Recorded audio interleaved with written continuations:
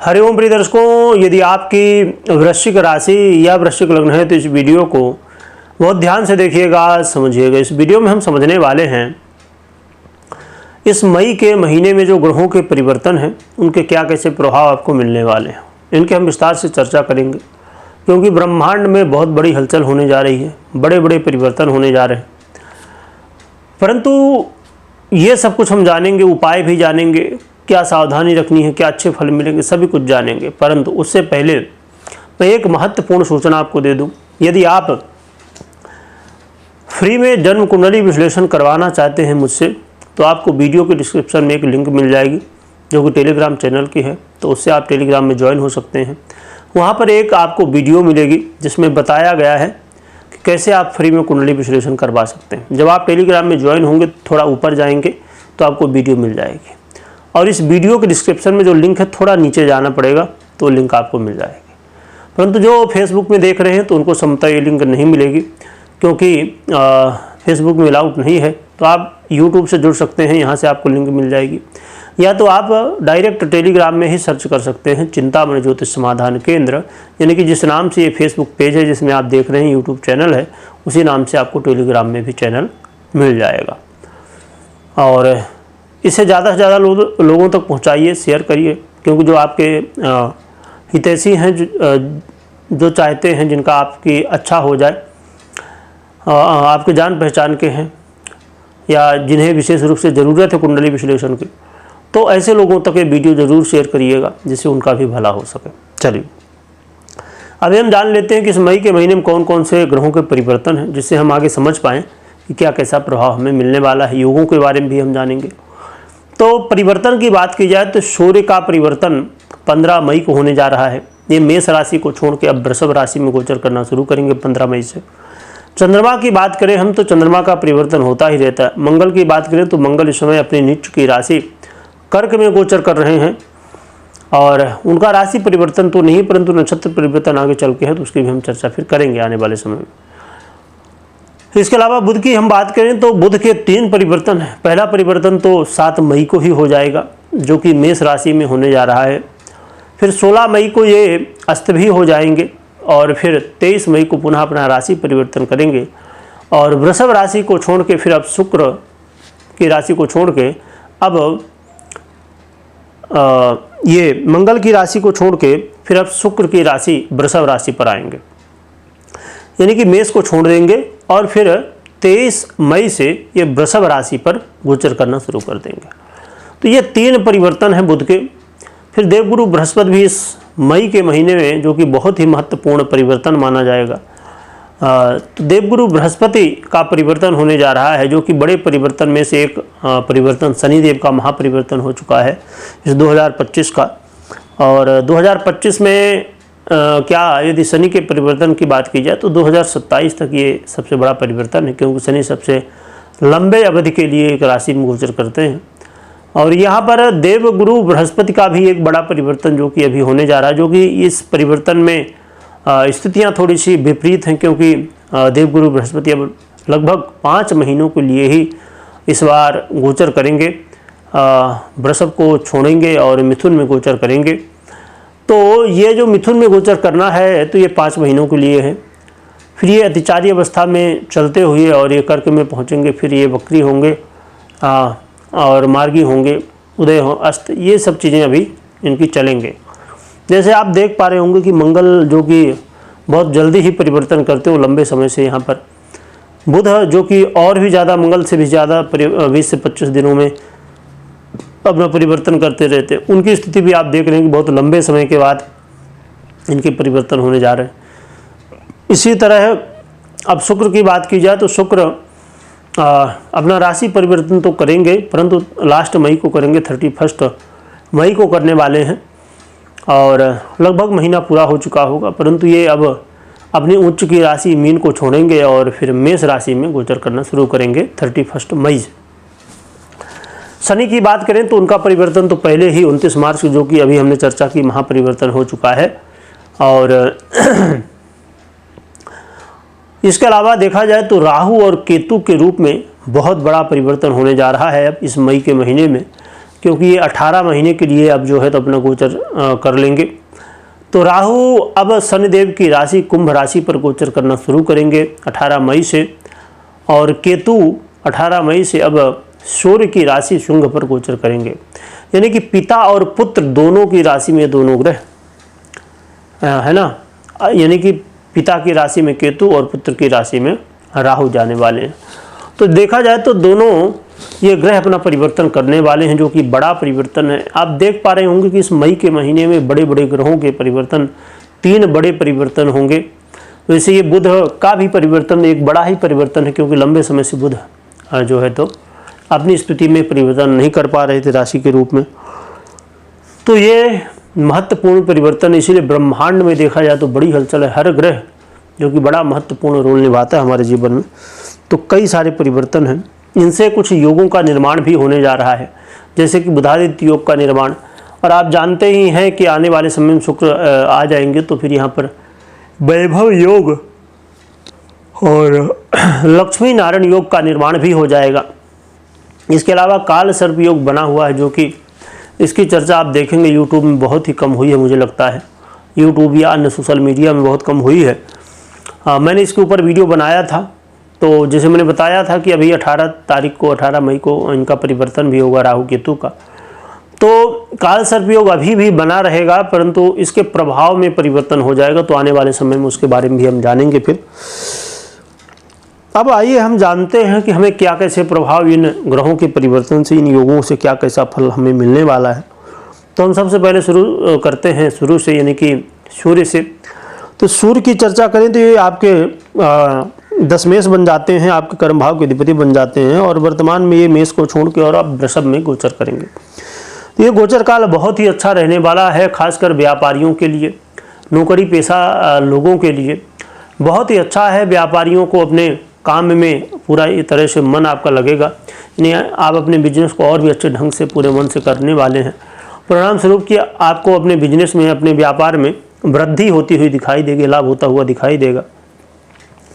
और आपके देखिए, कई बार आपने देखा होगा कि पूरे भारतवर्ष या पूरे दुनिया में देखा जाए तो बहुत सारे व्यापारी हैं, है ना, परंतु जो ये व्यापारी हैं, तो इन व्यापारियों में पैसा तो बहुत कमाते हैं लोग, ठीक है। अब जब आप देखेंगे पूरी दुनिया में भैया पैसे वाले कौन सबसे ज़्यादा हैं, तो ज़्यादातर व्यापारी ही आपको मिले, परंतु हर व्यक्ति का नाम नहीं हो पाता है, हर व्यक्ति की उतनी यश प्रतिष्ठा नहीं बढ़ पाती है।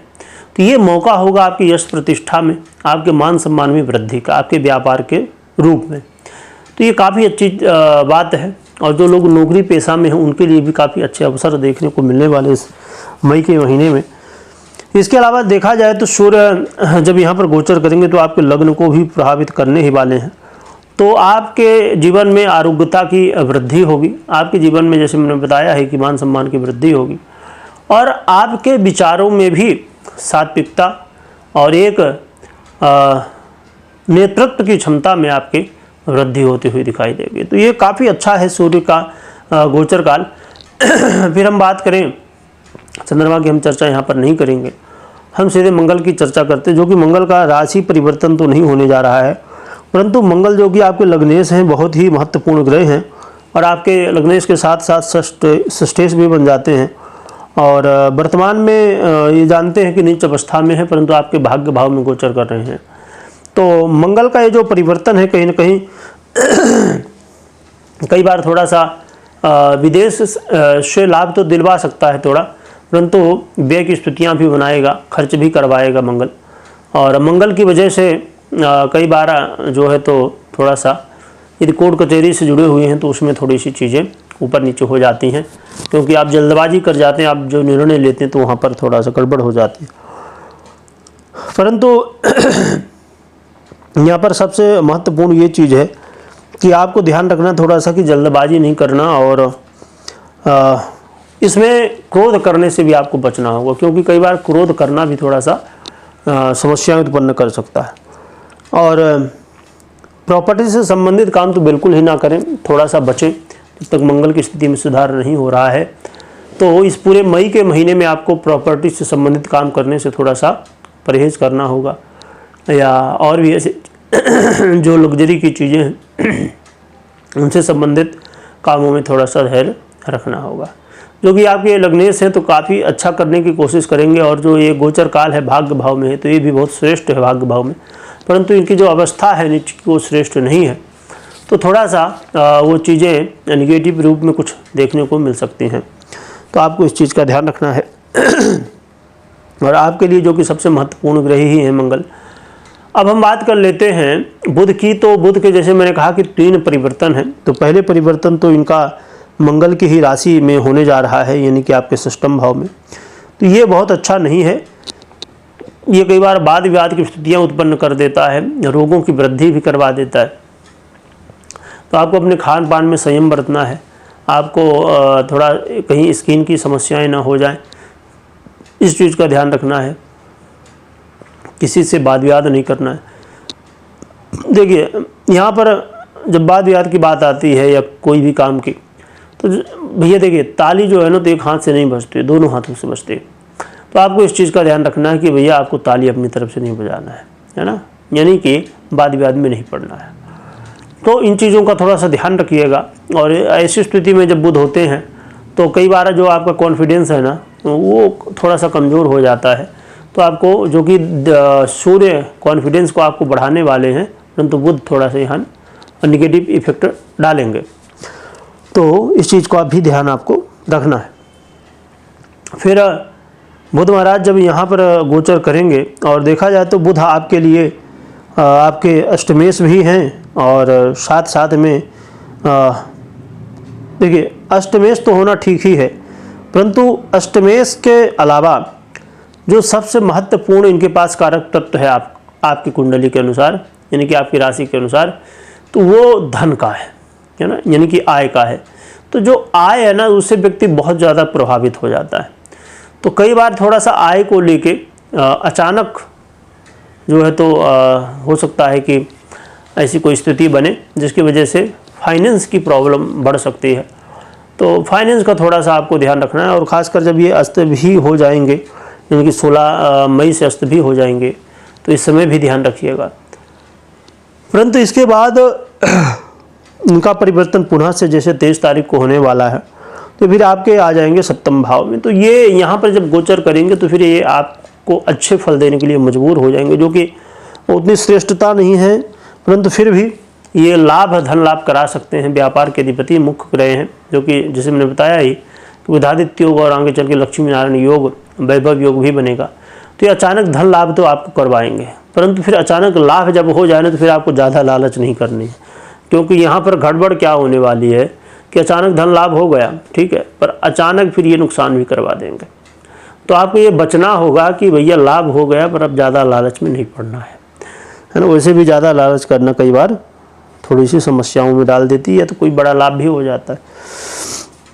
और यहाँ पर खासकर मैरिज लाइफ में ध्यान रखिएगा, क्योंकि यहाँ सूर्य भी होंगे और आपके बुध भी हो जाएंगे और शुक्र भी हो जाएंगे। तो ऐसे में कई बार एक तीसरा व्यक्ति यहाँ पर प्रॉब्लम क्रिएट कर देता है, या आपस में ही आप एक दूसरे के प्रति विपरीत हो जाते हैं, जिसकी वजह से कहीं ना कहीं एक दूसरे का साथ नहीं दे पाते। और जब आप एक दूसरे का साथ नहीं दे पाते तो ये बातें फिर तीसरे तक पहुँचती हैं। तो ये भी कहीं अच्छी बात नहीं, भले कोई इंटरफेयर कर पाए अभी प्रेजेंट में ना कर पाए, पर अपनी बातों को आप किसी तक पहुंचाएं, शेयर करें, ये बहुत अच्छी बात नहीं है। ये कहीं ना कहीं कई बार फिर आपको बड़ी मुश्किल में डाल देता। तो देखिए घर की बातें हैं, है ना, जैसे भोजन है वो शास्त्रों में जो बताया है नियम, तो कहीं ना कहीं हमारा हित है तभी बताया गया है कि आपके अंदर की घर की बातें घर में ही रहें, आपकी प्राइवेट जो बातें वो प्राइवेट ही रहें, तभी तक अच्छा है ना। प्राइवेट बातें भी अब अभी तो आज का थोड़ा चलन जो है तो उल्टा चल गया। लोग विदेशी सभ्यताओं में बहुत ज़्यादा विश्वास और उसे बहुत ज़्यादा फॉलो ही करने लगे हैं, है ना। बहुत सारे जगह लोग देखते हैं कि भैया बाहर बैठ बैठ के भोजन कर रहे हैं, है ना। अभी आप देखिए पार्टी चलती हैं तो पार्टियों में लोग जूता चप्पल पहने खड़े खड़े कर रहे हैं भोजन। अरे भैया मनुष्य हो, बढ़िया आसन लो, बैठो, और भगवान ने दिया है तो उनका भी धन्यवाद करो और खूब प्रेम से भोजन करो। जो कि ये सभ्यताएँ बहुत प्रचलित हो गई हैं। और मुझे लगता है कि इस बात का लोगों को बुरा लग रहा होगा, क्योंकि आज के समय में इतना ज़्यादा चलन हो गया। अभी ये तो आप शादी पार्टी में छोड़ ही दो, अभी कुछ ऐसे जगह होटल वगैरह और ऐसे जगह बन गए हैं जहाँ रोड है, रोड के बगल से ही भैया शीशा लगा दिए और वहीं बैठ के लोग खूब आनंद से भोजन कर रहे हैं।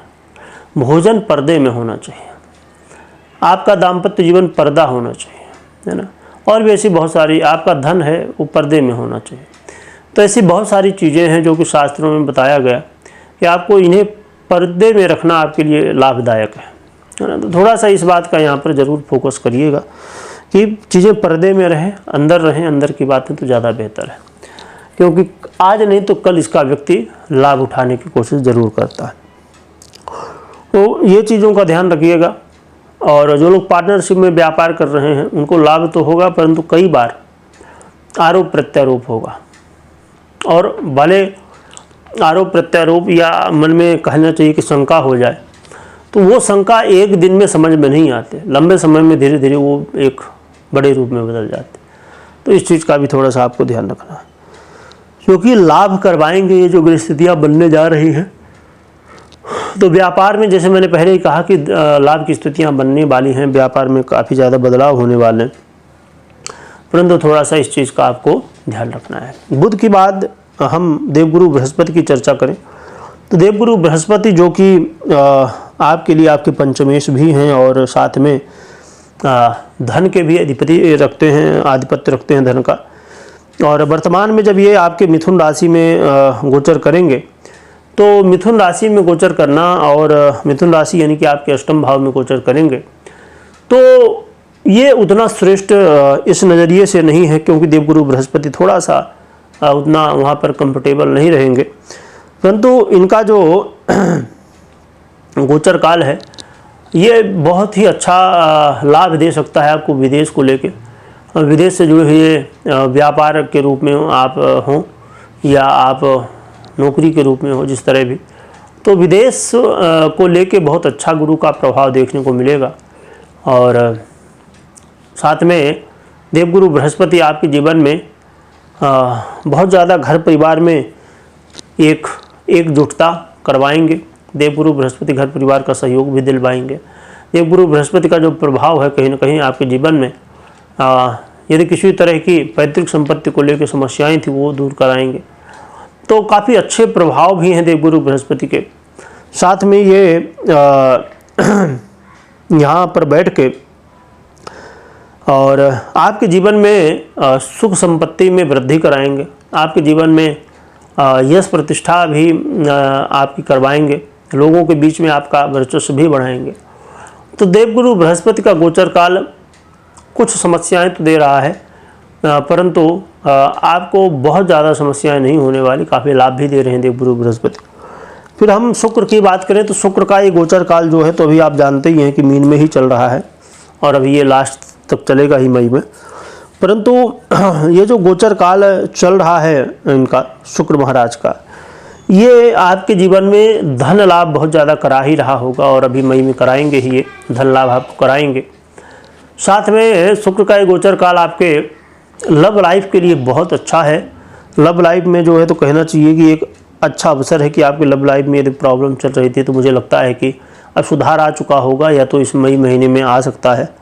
और विद्यार्थियों के लिए थोड़ा सा ये अच्छा नहीं है, क्योंकि आपका कई बार मन जो है तो यहाँ वहाँ भटक सकता है। आपके मन में अभी आवश्यकता है कि अध्ययन आप करें, अपने पढ़ाई में ध्यान दें, ना कि व्यर्थ में यहाँ वहाँ टाइम पास करें। तो इस लिए विद्यार्थियों के लिए थोड़ा सा इस समय पार्टी में, घूमने में, भागने में यहाँ वहाँ मन थोड़ा ज़्यादा लगेगा। ऐसा नहीं, ये समय भी है, थोड़ा छुट्टियों का समय है तो घूमना फिरना ये चीज़ें थोड़ी जो है तो ज़रूरी ये भी हैं, क्योंकि मन भी हमारा थोड़े जो है तो रिलैक्स कर ले।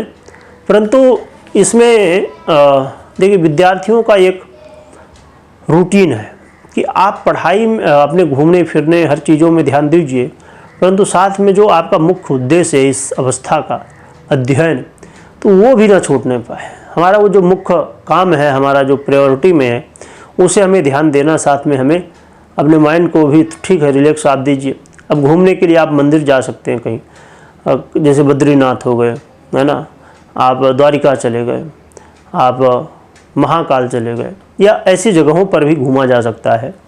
और यहाँ घूमने से आपका मन और भी ज़्यादा स्थिर होगा, और भी ज़्यादा भगवान का आशीर्वाद मिलेगा, जिससे आप अपने जीवन में, विद्यार्थी जीवन में और भी अच्छे रिजल्ट प्राप्त कर सकेंगे।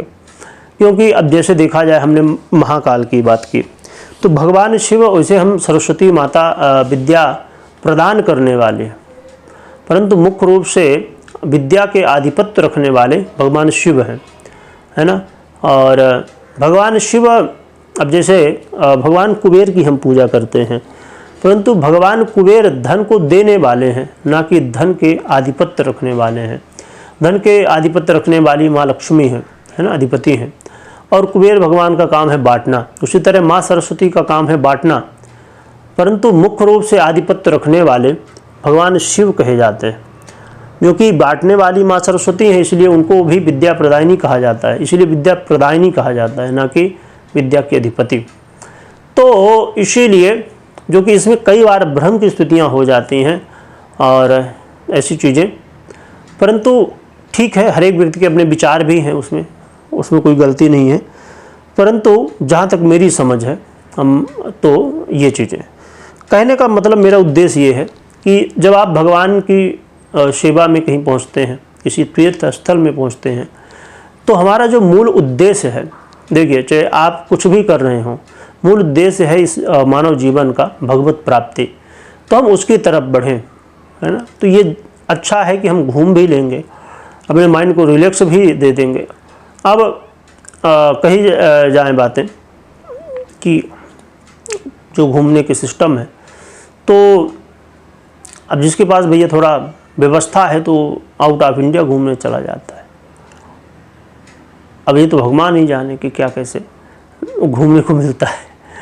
तो कहने का मतलब, मेरा फोकस इसलिए इसमें ज़्यादा था कि ये जो जीवन है ना, ये विद्यार्थी जीवन है, और ये विद्यार्थी जीवन आपका यदि सही रास्ते में चला तो फिर आगे की लाइफ बहुत आसान है। पर ये समय जो विद्यार्थी जीवन का है, ये समय यदि गलत चला, यानी कि इस समय हमने समय बर्बाद किया, तो फिर भैया मुश्किल है पूरे जीवन। इसलिए बहुत फोकस करिएगा। और क्योंकि इतना फोकस मेरा करने का मतलब ये भी है, क्योंकि ऐसी स्थिति में जो अगर स्थिति है, तो विद्यार्थी कई बार विपरीत के प्रति आकर्षित हो जाते हैं, तो फिर भगवान ही मालिक है। तो चलिए अब आगे हम बढ़ते हैं। शुक्र के बाद हम चर्चा कर लेते हैं शनिदेव की। तो शनिदेव का परिवर्तन तो आप जानते हैं हो ही चुका है, इसके बारे में आप ने देखा। परंतु ये शनिदेव का परिवर्तन जो है ना, तो थोड़ा सा लव लाइफ वालों को प्रॉब्लम क्रिएट करेगा और विद्यार्थियों के लिए बढ़िया करेगा। तो शनि वाला यदि काम करेंगे, शनि का मतलब ये है कि एक कर्म में फोकस करना, न्याय प्रिय होना, व्यक्ति सही रास्ते में चलना, है ना। यानी कि सही रास्ता मतलब विद्या अध्ययन आपके लिए सही रास्ता है। तो ऐसी स्थितियों का जो है तो प्रभाव है कुछ शनि का भी, और भी कई प्रभाव हमने इसके पहले वीडियो में हमने समझा था शनि परिवर्तन में। इसका प्रभाव आपके दाम्पत्य जीवन में भी शनिदेव जो है थोड़ा सा अपना प्रभाव डालेंगे। तो इसको भी लेके मैंने पहले ही बता दिया क्या कैसे स्थितियाँ हैं, और आय में भी डालेंगे। तो आय को लेके भी सतर्कता आपको थोड़ी सी बरतनी है। बाकी शनिदेव हैं, उनके प्रभाव ही हैं लंबे समय के लिए। अब हम राहु केतु की चर्चा कर लें। तो राहु केतु की देखिए हम विस्तार से चर्चा करेंगे आने वाले समय में, इनका भी परिवर्तन होने ही वाला है जल्द। परंतु राहु केतु को देखा जाए तो ये बड़े ही महत्वपूर्ण भावों को आपके प्रभावित करेंगे। एक तो आपके सुख भाव और दूसरा आपके करियर के भाव को। तो यानी कि दोनों केंद्र को ये प्रभावित करेंगे, जो कि कहीं ना कहीं आपको अपने काम को लेकर सतर्क रहना है। आपको अपने जीवन में ठीक है लोगों की सलाह लेनी चाहिए बिल्कुल। और हमसे हमारे जीवन में जो सलाह है तो लोगों की मायने रखती है। बहुत सारे ऐसे लोग हैं जो हमें बहुत अच्छी सलाह भी देते हैं, परंतु हमें हमेशा अपने विचारों को भी और अपनी बुद्धिमत्ता को भी साथ में रखनी चाहिए कि भैया हम भी अपने हिसाब से सोचेंगे, थोड़ा समझेंगे, तभी चीज़ों को आगे अपने जीवन में अप्लाई करेंगे। क्योंकि यदि हम किसी के सलाह से ही चलते रहें तो कई बार तो ये बहुत अच्छा होता है, पर कई बार ये बड़ी समस्याएं क्रिएट होती हैं। तो ये कहने का मतलब ये है कि लोगों की सलाह लेना तो ठीक है, लीजिए, परंतु उसमें हमें भी सोचना समझना अपने हिसाब से फिर आगे बढ़ना है। तो इस चीज़ का ध्यान रखिए और आगे आने वाले समय में हम इनकी विस्तार से चर्चा करेंगे, राहु और केतु की। तो ऐसी कुछ स्थितियाँ यहाँ पर रहने वाली हैं और आप ये इस चीज़ का ज़रूर ध्यान रखिए कि आप अपने काम के प्रति फोकस रहिएगा, अपने काम को लेके सबसे, क्योंकि भैया देखो उसी से तो पेट चलना है, यानी तो उसको प्रायोरिटी में रखिएगा तो अच्छा है आपके लिए। फिर रही बात कि आपने जो प्रभाव सुना ये गोचर के आधार पे है, परंतु कभी भी गोचर के आधार पे निर्णय नहीं लेना चाहिए। जो आपने सुना तो इसके आधार पे खाली नहीं निर्णय लेना चाहिए। फिर आपको अपनी पर्सनल कुंडली का विश्लेषण करना चाहिए या तो करवाना चाहिए, इसके बाद निर्णय लेना चाहिए। तो फिर इस वीडियो को सुनने का क्या मतलब भैया, 10-20 मिनट जो भी हो गई हो, तो इस 10-20 मिनट हमने सुना तो फिर इसका क्या मतलब है? कुछ सुनने का मतलब नहीं है। मतलब ये है कि ये गोचर जो है तो आधा प्रभाव को देता है और आधा आपकी कुंडली। जब दोनों को देखेंगे तो क्लियरिटी हो पाएगी कि हाँ भैया होने क्या वाला है। तो इसीलिए मैं कहा करता हूँ आपको, जब आप टेलीग्राम से, मैंने स्टार्टिंग में बताया कि जब टेलीग्राम से आप जुड़ेंगे ना तो वहाँ फ्री कुंडली का तो बताया ही जाएगा, उसमें वीडियो आपको मिलेगी ही मिलेगी।